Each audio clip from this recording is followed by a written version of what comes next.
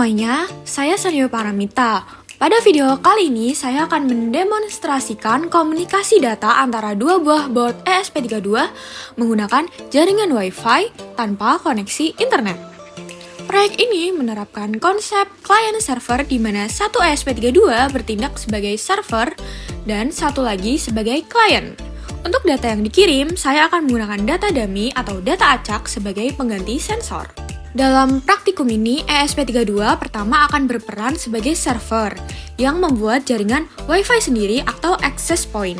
Kemudian, ESP32 yang kedua akan bertindak sebagai klien yang terhubung ke jaringan tersebut. Klien akan meminta data ke server menggunakan HTTP request dan server akan mengirimkan respon dalam bentuk teks. Data yang dikirim terdiri dari 3 parameter, yaitu temperatur, kelembapan, dan tekanan.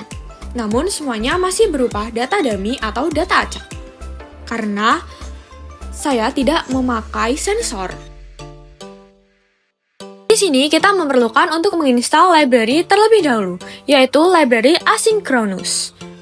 Nah, yang pertama yaitu ESP Asynchronous Web Server by ESP32 Asynchronous. Nah, yang kedua yaitu Asynchronous TCP by ESP32 Asynchronous. Nah, ini adalah kode dari ESP32 server. Pada bagian program, saya membuat access point dengan nama SSID Ijaz Sandia. Dan passwordnya yaitu 123456789. Setelah berhasil aktif, ESP32 akan memiliki alamat IP default yaitu 192.168.41. Server menyediakan 3 endpoint yaitu /temperature, /humidity, dan /pressure. Setiap kali klien mengakses alamat tersebut, server akan mengirimkan data acak.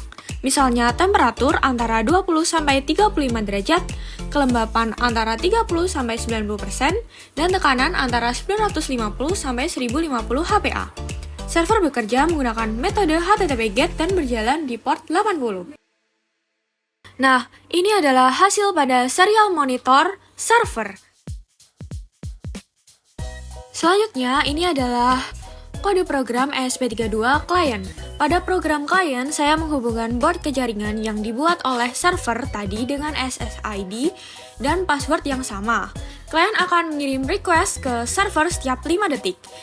Lalu, klien mengakses alamat IP server yaitu 192.168.41 dengan 3 root, yaitu /temperature, /humidity, dan /pressure. Setelah server merespon, hasilnya akan ditampilkan di serial monitor client. Nah, di sini pada serial monitor client bisa dilihat bahwa klien berhasil menerima data dari server. Pada setiap interval 5 detik, klien menerima pembaruan data dummy suhu, kelembapan, dan tekanan. Artinya, komunikasi dari server ke klien telah berhasil. Dari percobaan ini dapat disimpulkan bahwa dua buah ESP32 dapat berkomunikasi melalui jaringan Wi-Fi lokal tanpa internet menggunakan konsep client-server. Server bertugas menyediakan data, sedangkan klien bertugas melakukan request dan menerima respon. Meski di percobaan ini kita menggunakan data dummy, konsep dan alur komunikasinya sudah sama, seperti saat menggunakan sensor asli seperti BME 280 atau DHT22. Sekian video dari saya, semoga bermanfaat. Terima kasih.